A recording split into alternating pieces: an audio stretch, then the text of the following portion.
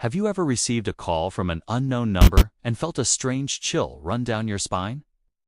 What if answering that call could unleash a terrifying curse?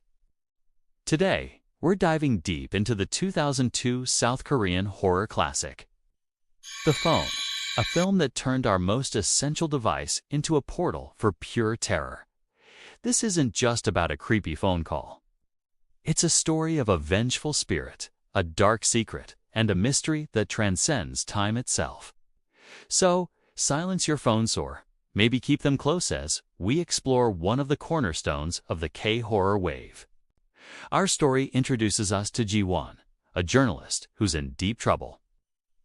After publishing a controversial article exposing a high-profile scandal, she's bombarded with threatening calls and menacing messages.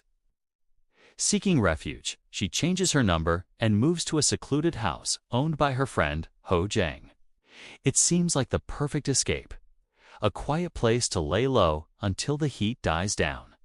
But what Ji-won doesn't know is that her new phone number isn't new at all. It has a history, a dark and violent one.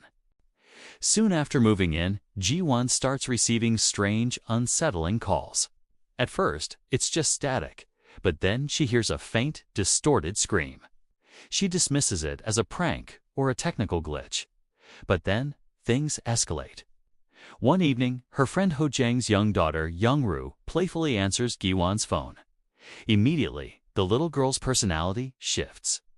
She becomes withdrawn, her eyes filled with a chilling emptiness. She starts drawing disturbing, violent pictures and speaks in a voice that isn't her own.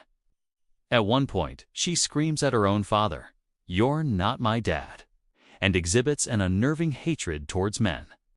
This is where the film masterfully builds its suspense. The horror isn't just about jump scares, it's psychological.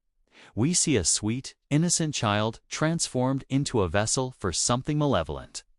Ho Jang and her husband are terrified, watching their daughter become a stranger. They take her to doctors, to psychologists, but no one can explain her sudden, horrifying change. Ji-won, however, feels a growing sense of responsibility. She realizes this all started the moment Young-ru answered her phone. The phone and its mysterious number is the key. Driven by guilt and fear, Ji-won begins her own investigation into the history of her phone number. She discovers that the previous owner was a high school student named Jin-hee, who went missing a year ago. The police had ruled it a simple runaway case, but Ji-won suspects something far more sinister. As she digs deeper, she uncovers a disturbing connection between Jin-hee and the very scandal she was reporting on. The powerful man she exposed had a secret, sordid relationship with the young girl. The film then takes us on a chilling journey into the past. We learn that Jin-hee wasn't just a runaway. She was pregnant and was brutally murdered to cover up the affair. Her body was hidden, her existence erased, but her rage, her desperate need for justice, lingered. It attached itself to the last thing that connected her to the world, her phone number. The spirit of Jin-hee is trapped, and the phone is her only way to reach out, her only weapon for revenge. Anyone who answers a call becomes a conduit for her fury. This is what happened to little Young-ru. The spirit of Jin-hee possessed her, using the child's body to enact its vengeance. This explains the drawings of violence, the hatred towards men, and the cryptic warnings. The spirit isn't just randomly lashing out. It's replaying its own trauma and targeting those responsible for its death. The film cleverly uses the concept of possession not as a random haunting, but as a direct consequence of an unresolved crime. The ghost isn't just a monster. She's a victim crying out for help in the only way she knows how. Ji-won's investigation puts her on a collision course with the powerful and dangerous people who wanted Jin-hee silenced.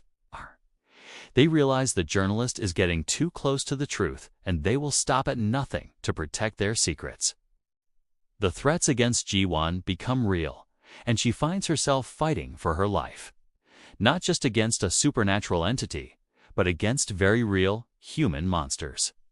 The film brilliantly blends the paranormal horror with the tension of a crime thriller. Ji-won is caught between two worlds, the ghostly realm of a vengeful spirit, and the corrupt human world that created it. One of the most iconic and terrifying scenes is when Yang-Ru, fully possessed, confronts her own father. Her eyes are wide, filled with an ancient anger, as she details the horrors that Jin-Hee endured. The performance is absolutely bone-chilling. The innocence of the child's face mixed with the terrifying rage of the spirit creates an unforgettable image of horror. It forces the audience to question who the real monster is: the ghost seeking revenge, or the people who committed the original crime. As Ji-won gets closer to finding Jin-Hee's body, the supernatural activity intensifies. The phone becomes a relentless source of dread.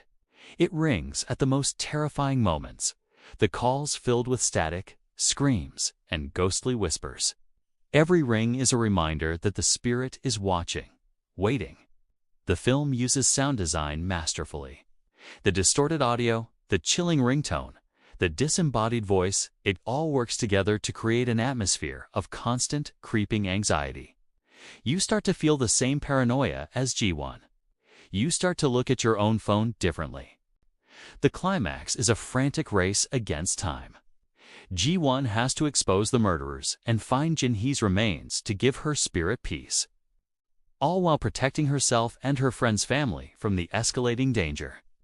The final confrontation is a powerful and emotional conclusion to the mystery.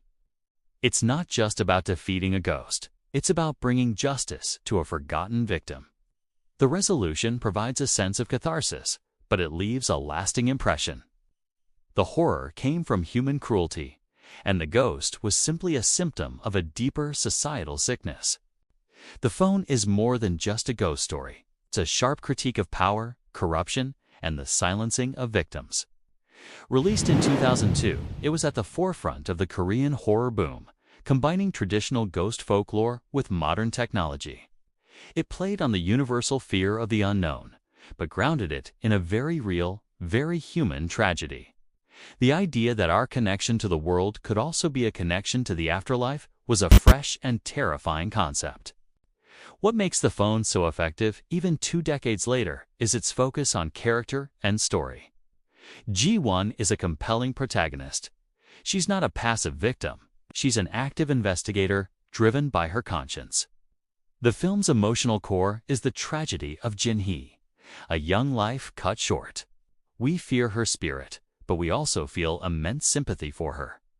This emotional depth is what elevates it beyond a simple genre film.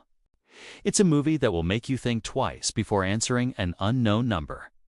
It masterfully weaves suspense, psychological horror, and a gripping mystery into a cohesive and terrifying narrative. For fans of K-horror, it's an absolute must-see. And for those new to the genre, it's the perfect introduction to what makes it so special. It's a reminder that sometimes the most terrifying calls are the ones that come from beyond the grave, demanding to be heard. So, have you seen The Phone? What did you think? Let me know in the comments below. And if you enjoyed this deep dive into a horror classic, make sure to hit that like button and subscribe for more content. Thanks for watching, and try to sleep well tonight.